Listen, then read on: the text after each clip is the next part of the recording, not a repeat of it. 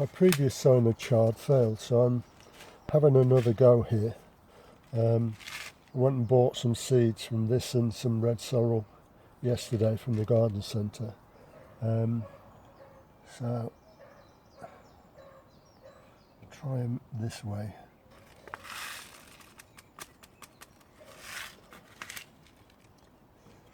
I'm just going to pop one in each and see how it goes. Next, some red sorrel, red veined sorrel. Now these are tiny, so I'm just going to make a little finger depression.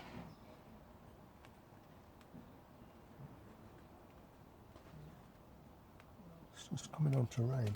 Now these are very small, so I'll put 2 in each one. I'll try to anyway, if I can manage that.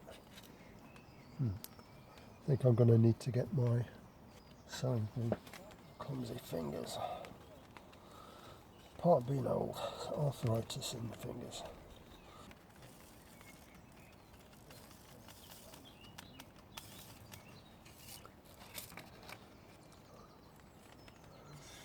Let's see if I can fettle this.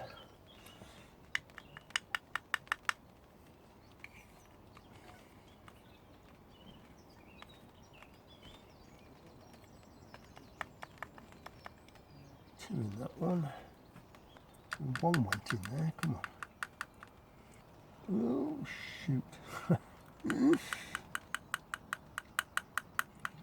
Right. We got somewhere close. Okay, another one. Another one gone down. Let me just tickle those.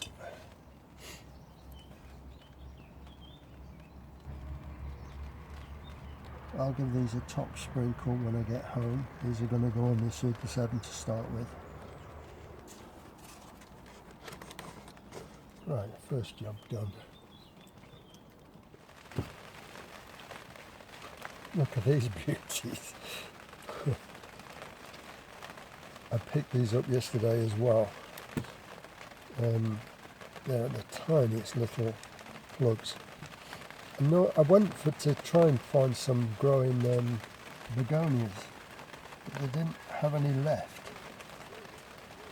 Because I used to fill my trays at home, troughs at home that go on the deck. You know, our back deck, so I saw these and I thought, I haven't grown pelargoniums for so long, and I do like them, so these are just going to be a fill-in until I can find some begonias that I like. Aha, that's how they come off. Okay. Let's see if I can...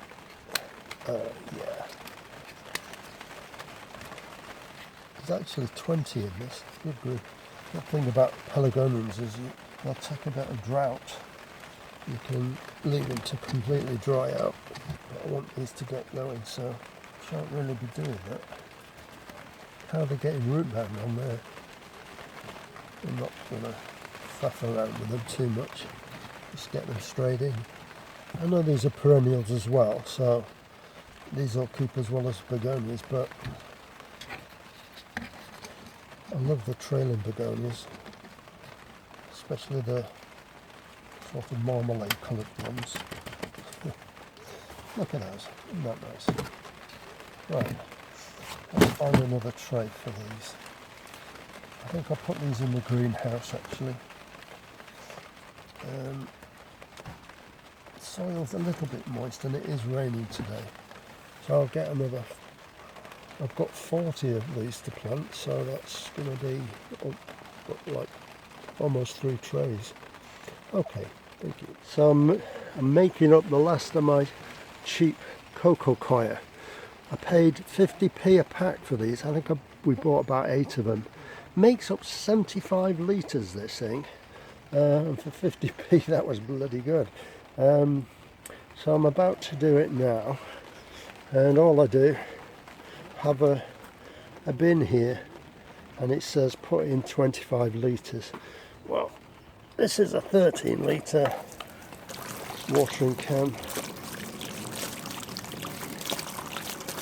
So I'll put 2 full ones of these in, and that'll be about it. It takes a long while for it to absorb.